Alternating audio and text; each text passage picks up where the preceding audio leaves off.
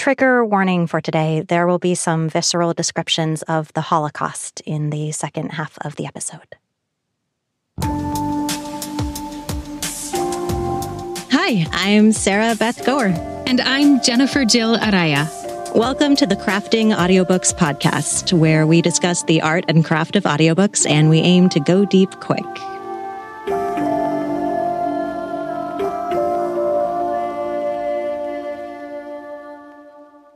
Welcome, everyone. We are so excited to be here with you today for this episode of the Crafting Audiobooks podcast.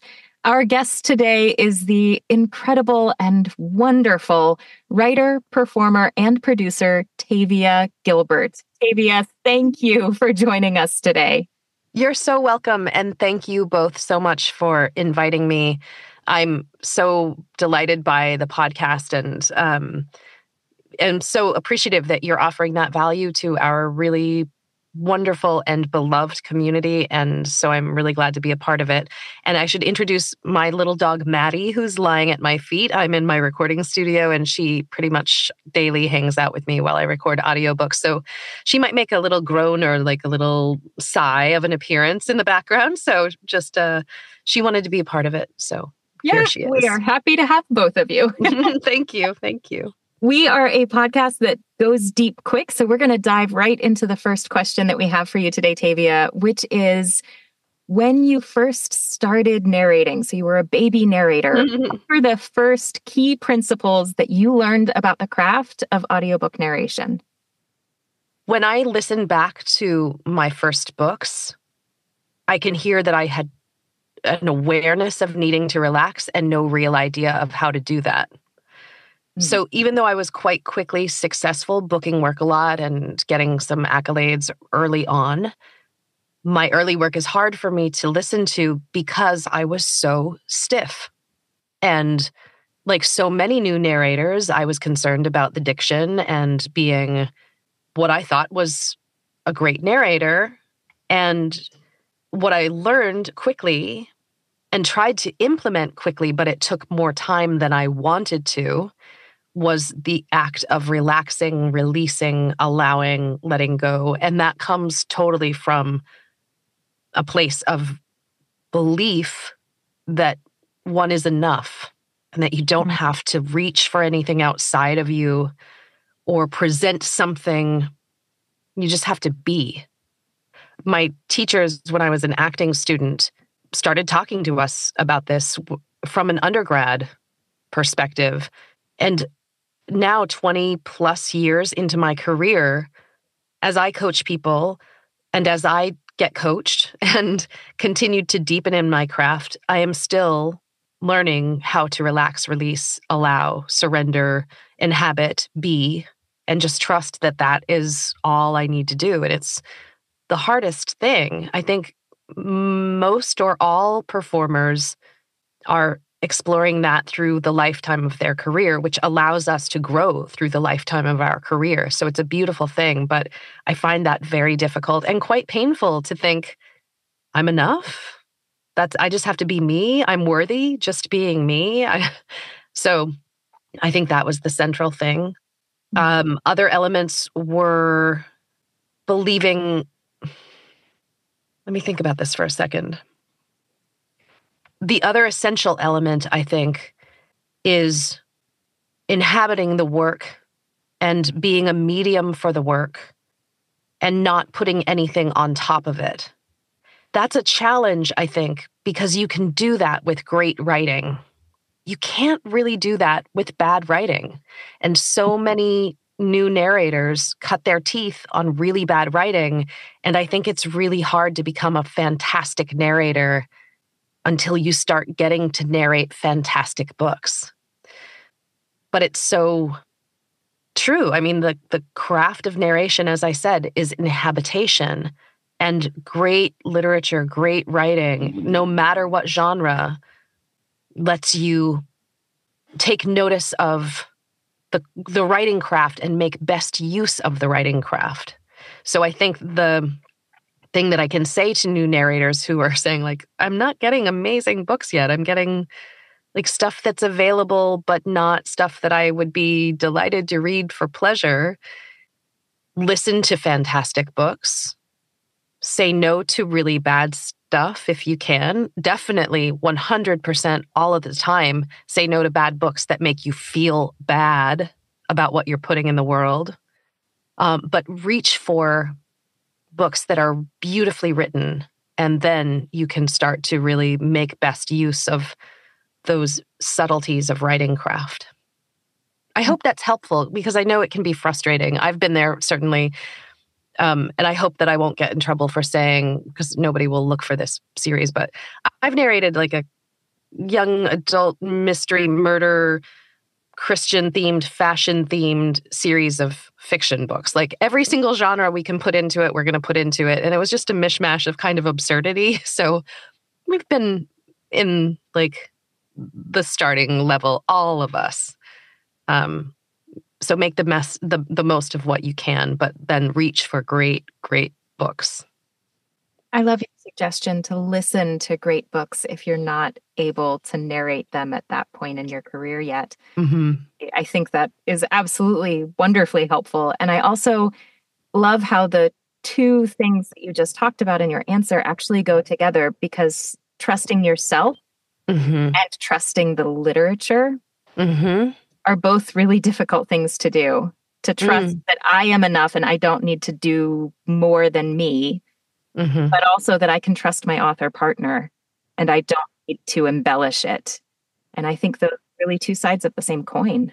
Yeah. Yeah, I think they are. It's so nice to narrate something that's brilliantly written because it takes hardly any effort whatsoever. Like it just moves through you. And when you find yourself really, really struggling to narrate a book that's not a great book, then be really gracious with yourself, because those books are hard to narrate and it's probably not you. And so give yourself grace and give the writer grace. You know, they're probably doing their very best. You certainly are doing your very best in service to them. But when you're stumbling around with work that's not beautifully crafted, that's because it's not beautifully crafted. It's not because you're not doing a beautiful job. Yeah. I also like to think of those books like, I've heard that some marathon runners will train running on sand so that then when they're running on the pavement, it feels really easeful. So when I'm working on a book that is, more clumsily crafted, I love to honor what that book is, because all those books have like beloved fans and the author poured their heart into that book. And any craft is so hard. So I like to honor it. And I like to be like, hey, I'm training, I'm building my muscles. Like, how much can I relax and trust and let it go, even though there are obstacles to that? Yeah. Yeah. That's right. Analogy, Sarah. I love that. And as a marathon runner, I can confirm it is much harder. And Tavia, the part of your answer about how you think for our entire careers long, we're continually deepening that trust. I literally started to tear up. I just was so moved. And I resonated so much. And it felt like such a relief to hear someone who I admire, who's been working in this industry for so long, who's lauded, to be like, oh yeah, that's the experience I'm daily having too. Like, I just found it so moving and beautiful. So thank you for sharing. Oh, I'm so glad. Yeah, I definitely think we're all learning. And that's my goal, is to learn and grow and get better and better and better until my dying day. Absolutely. Hopefully won't be anytime soon. Yeah. Tavia, when you're prepping a book, how do you approach text analysis? What are you digging into, and how do you find that analysis affects your performance? I don't know if you will like my answer or if anybody will like my answer, but be honest. Sounds juicy. I don't do a lot. I read the book and I let the book move through me. Part of that is because I have a master's degree in writing, so I'm not looking, it's just a natural part of my craft to be very aware of writing craft, and the text analysis, I guess, just automatically happens. But I'm prepping the book with all of the standard things, words that we need to look up to pronounce correctly, character descriptions, post-dialogue attribution, all of that. But then I really feel like my work is to be present moment to moment to moment to moment. And if I stay in the present moment and the writer has put that into their craft, it's on the page. I don't think our job is to do text analysis. And I'd be really curious to hear other people's answer to this question, because I'd be fascinated by the range of answers and what I could learn from my colleagues about how they're approaching text analysis. But I don't know, like, my job is to make the scenes feel like they're happening in real time, unfolding cinematically for the first time, that there is discovery with every moment, that this has never existed until I have embodied it. And so I'm aware of the story and aware of connecting this to, in a mystery, keeping the bad guy secret till the end. And, like, from a very basic level, I'm doing what I guess is text analysis, making sure that I'm doing the best for the story as it needs to unfold for the listener. But then I am just existing, and having a very environmental feel. Like, the text analysis is something that's on the page. The world analysis is what I'm more interested in as a performer. That I want my dialogue to sound like the listener might be able to hear what temperature it is outside, and how exhausted the character is as they're saying this, or how intimate they are with the person they're talking to, what the subtext is, what their conflict and tensions are as real people who really exist now. This is happening now. So I guess that's what I separate from, or that's what I do instead of the text analysis. But again, I'd be really curious about the range of answers, and I bet I would learn a lot and probably could become a better narrator from hearing what other people do. I hope I haven't been missing something really key for my whole career, but that's my answer. Well, I think we can safely say that you've not been missing anything. We all have things we can learn, but yeah, I think that's a safe statement. Good. Well, phew. My follow-up question to you was going to be, what does that, like, as opposed to reading cold, what does that first pass then give you? But I think you ended up answering it, because I think what I'm hearing you say is it's almost like you're absorbing the ambiance of the text and the moments so deeply that you will be able to more viscerally portray them when you're in it, that you wouldn't be able to do quite the same way if it were just cold. Am I hearing that correctly? Yeah, certainly. I think maybe what the text analysis that lives in me quickly and that I learned in grad school is I'm always curious what the point of view of the camera is. If we're thinking of this, and my narrations, I think, are always sort of, as I said, cinematic, or like their real life playing out, then is the camera panning like a drone shot over the city and telling the story from that point of view? Or is it right in the eyes of the character? So we're seeing what the character sees when she looks at her, her scene partner? Or is it the voice of God? Is it the internal sort of conscience who's telling the story that is confessional about the characters? How close is it? What's the voice? All of those things. So you definitely need to have a deep sensitivity to those things. I just don't do that as a separate exercise. It is an absorption as I'm prepping the script, and then the inhabitation from the moment to moment crafting of it. Sure. I love the image of creating an atmosphere that, and letting people know through how we're saying those dialogue lines what temperature it is, and just a beautiful, full-bodied understanding of the characters and that camera view, as you mentioned. Good. I'm glad it's useful and it doesn't sound like, whoa, what has she been doing for 20 years? No, not at all. And I think you're probably right that the master's education that you have gives you a lot of those as you're going text analysis techniques and insights that maybe some of us who don't have that master's degree need to work a little harder for. Yeah, I think that reading writing craft, books on writing craft that are really excellent books on writing craft might be really helpful for narrators.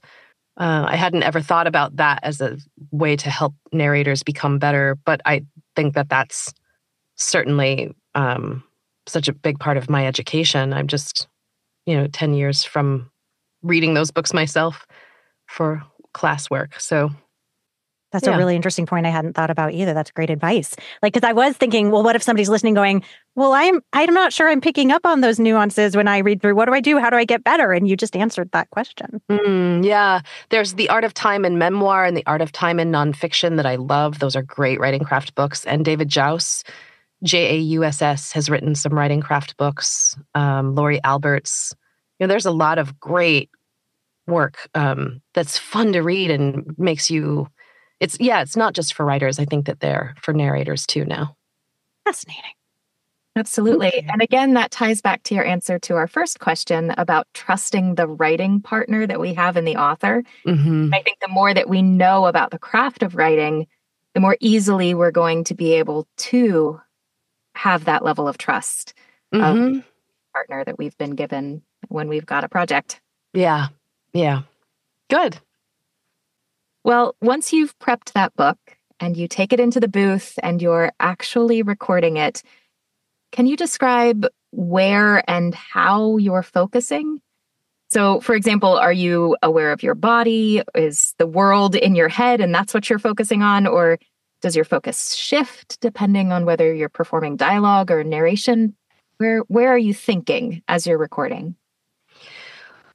I'll admit that, like a meditation practice, my attention is ephemeral. Like I lose attention all the time. When I sit in meditation in the morning, I'm losing my attention and I'm coming back to the meditation again and again and again. And it's the same way in books. I mean, sometimes I have a more attentive flow, but just, again, I don't know what other people would admit to, but maybe everybody's like razor focused and they're not a little goldfish brain like I have. But so I'm bringing myself back again and again and again to the present moment. And then I am thinking very environmentally.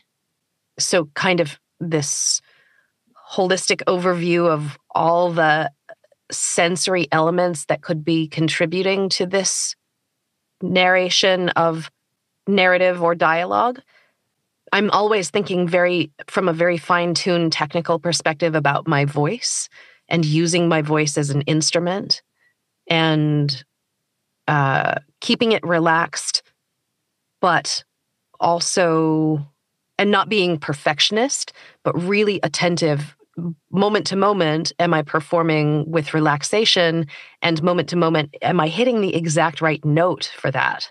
So I go back over, not because I think that was imperfect, it wasn't perfect, but because I think there was it was not quite hitting exactly where I want it to be.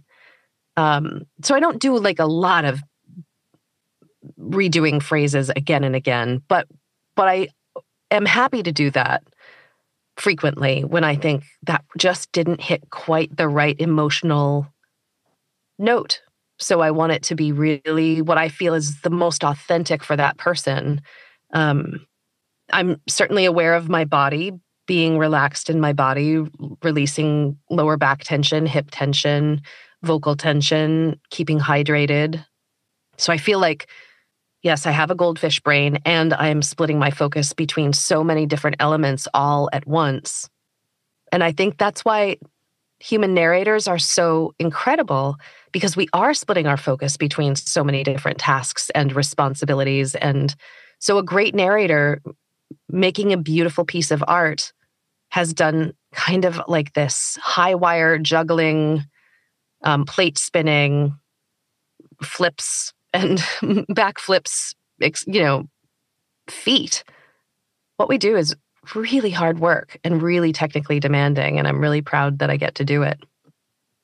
Absolutely. What you said about having that split focus reminded me of something that my cello professor always used to say when I was in the conservatory, that any good musician, specifically cellists, since he was a cello teacher, needs to always have a part of your brain focused 100% on technique. Mm-hmm. You could never fully get lost in the music, because when you did, then the technique was not going to be there for you. So even if it was just a tiny, tiny little part of your brain, some part of your brain needed to always be completely focused in on technique and making sure that the quality of the sound was what you wanted. The rest of your brain go and just soar and sing, but that little tiny segment of you always needed to make sure that you were centered in the technique. I love that. First of all, I love cello and I love that you're a cellist, but I also really love that because our voices are an instrument and we do need to not be totally lost in the story. We can get pretty, quote unquote, lost in the story, but we are not here for us. We're here for our listeners. We're here for the writer.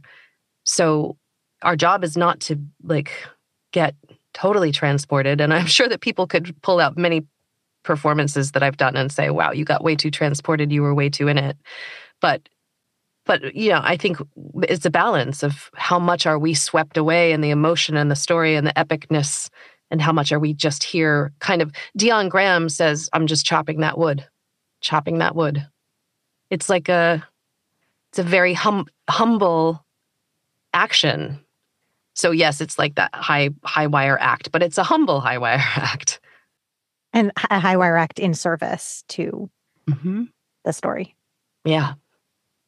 Yeah. And that being in service is why we should, I believe, never do work that we feel makes the world a worse place.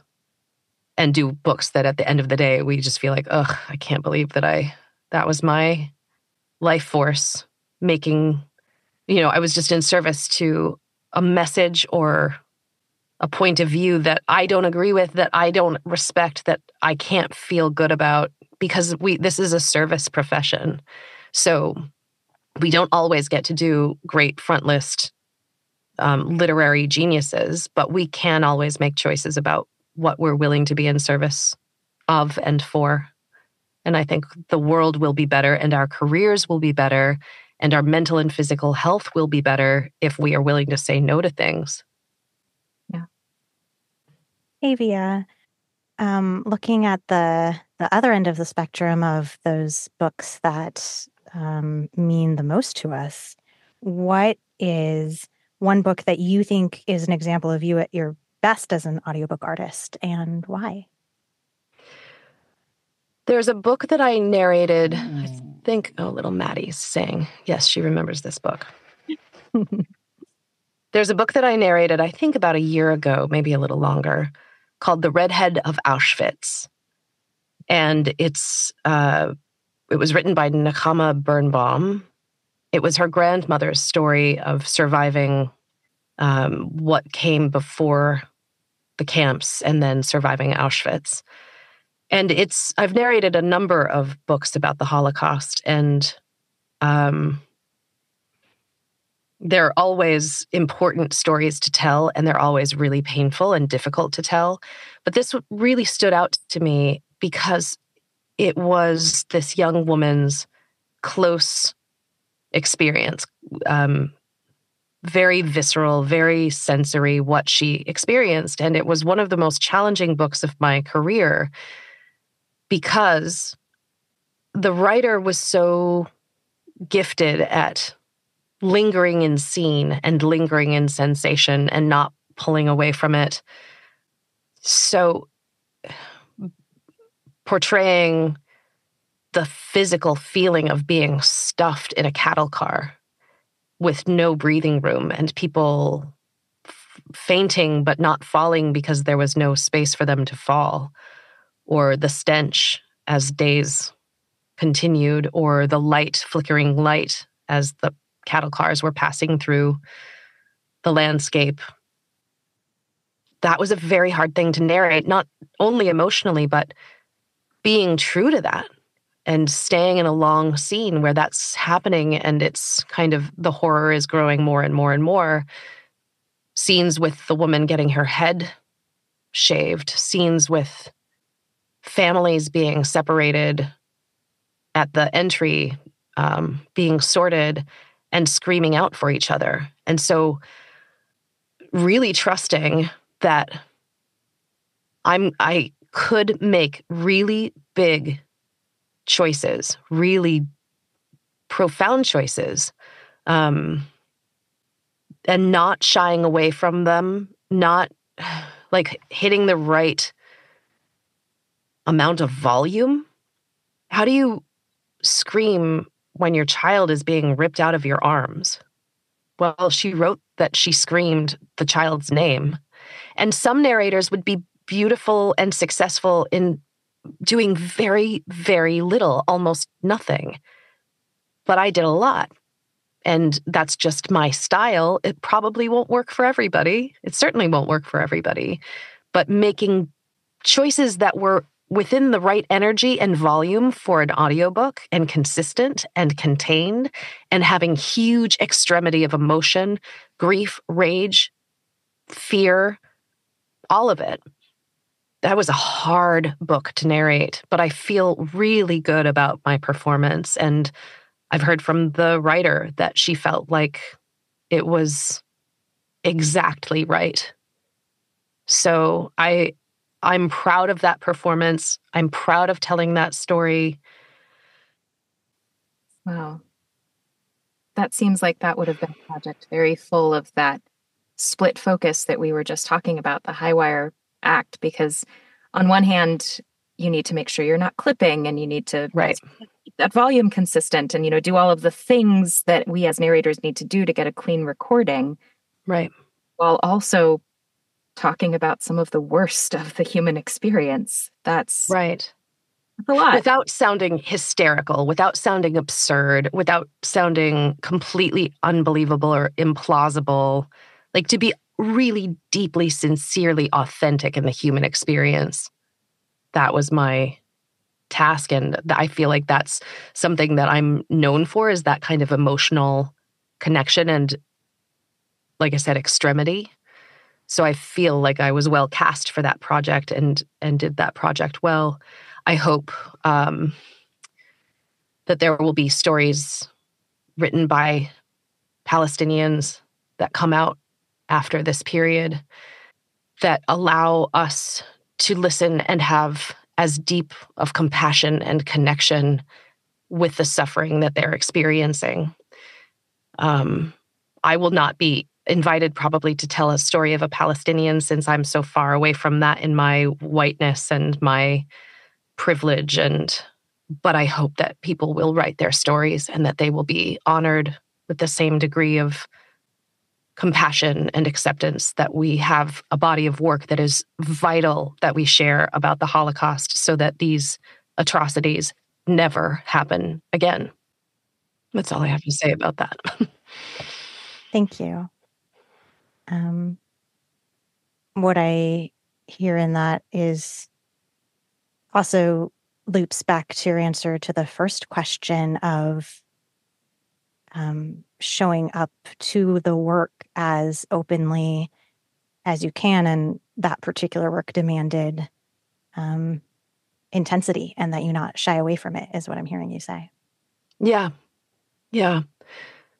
It was really the scene where she was getting her head shaved. There was singing in it, and it was like a nightmare song. And I just kind of had to really go for it and make up some music that sounded right for the time and the place, and just lean into choices that were not obvious, that were like from the center of my soul, how I would feel, what I would hear, what it would look like if I were in that situation. So yeah, taking big risks is important when you're telling these stories of human life and epics of humanity's inhumanity to man and humanity's unbelievable resilience and tenacity and grace and forgiveness and power. So I'm sure that there will be many, many books to come, and I hope that people really embody them and trust that they're doing great work by telling people's stories, bringing stories to life. And that is at its heart what the craft of audiobooks is. Yeah.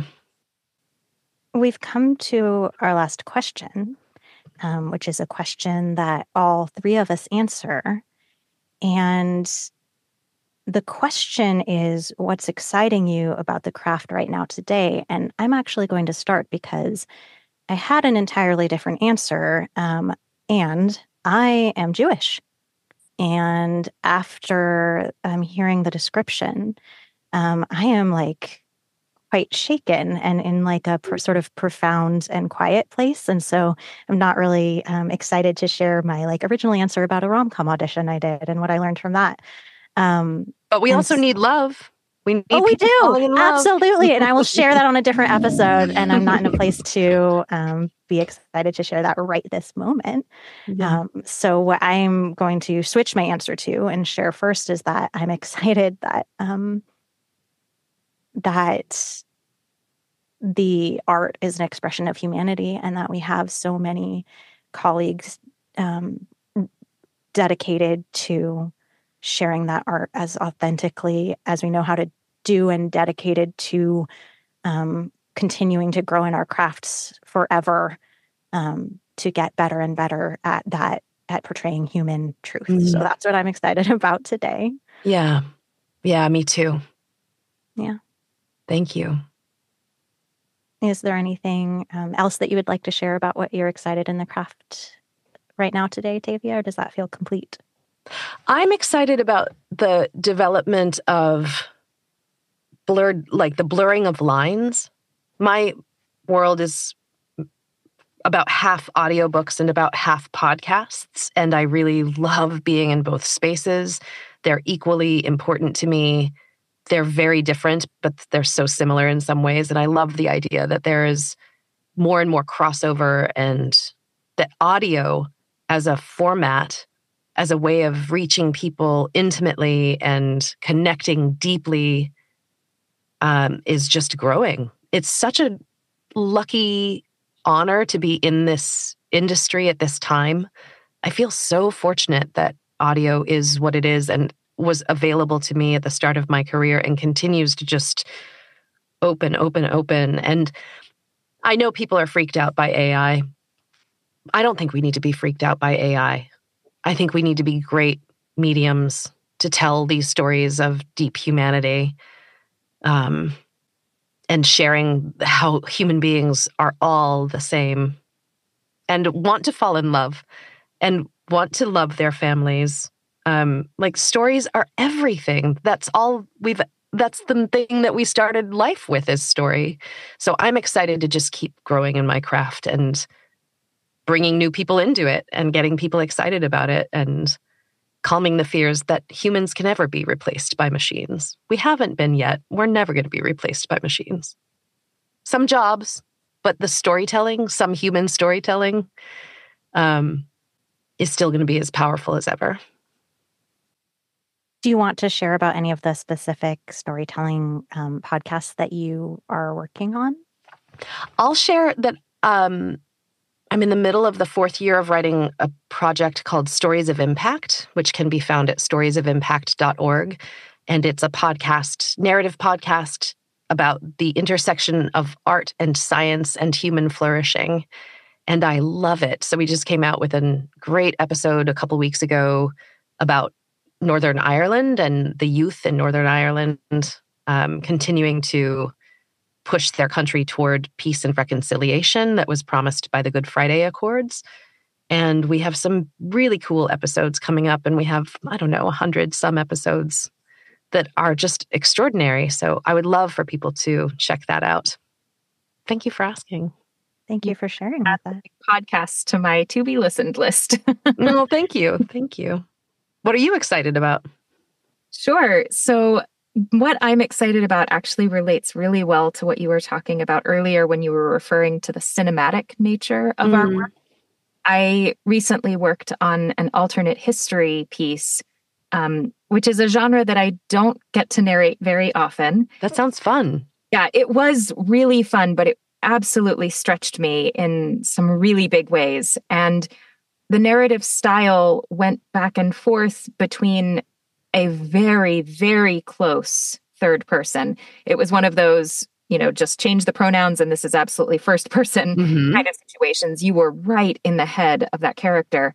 Love that. It between that and then for the battle scenes in this war alternate history novel, it was fully omniscient, and it was fighting in the air, between pilots. So you were literally in the sky, and the author was describing attacks from one plane to another plane and back. And the alternation between those two very drastically different narrative styles really pushed me and asked me to stay with the author as he made those transitions. And I actually got a coaching session with Jessie Bickford to help me make sure great. It appropriately.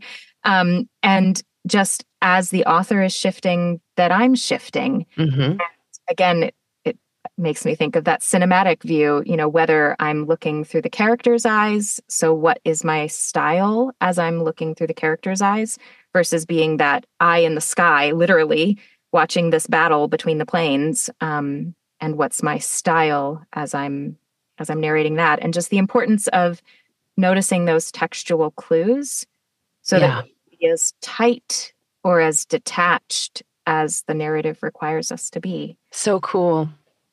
And knowing that, like having that awareness of close third person, omniscient, that's the text analysis, right?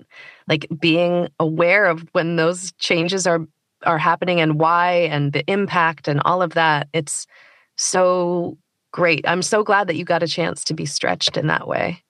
There's Wonderful. 2 more books in the series coming up. Oh, yes. Continue to be stretched. Gore.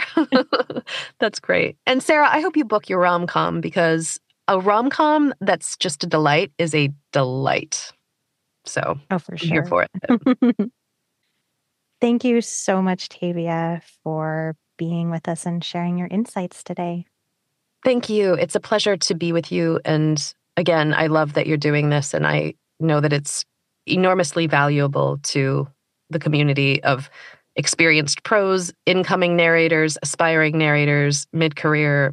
This really has a lot of value to our very special community. So thank you so much for letting me be a part of it. Thank you. That means a lot. Thank you. Thanks so much for listening to Crafting Audiobooks. We've been your hosts, Sarah Beth Goer and Jennifer Jill Araya. Wishing you happy audiobook listening and/or crafting. Bye for now.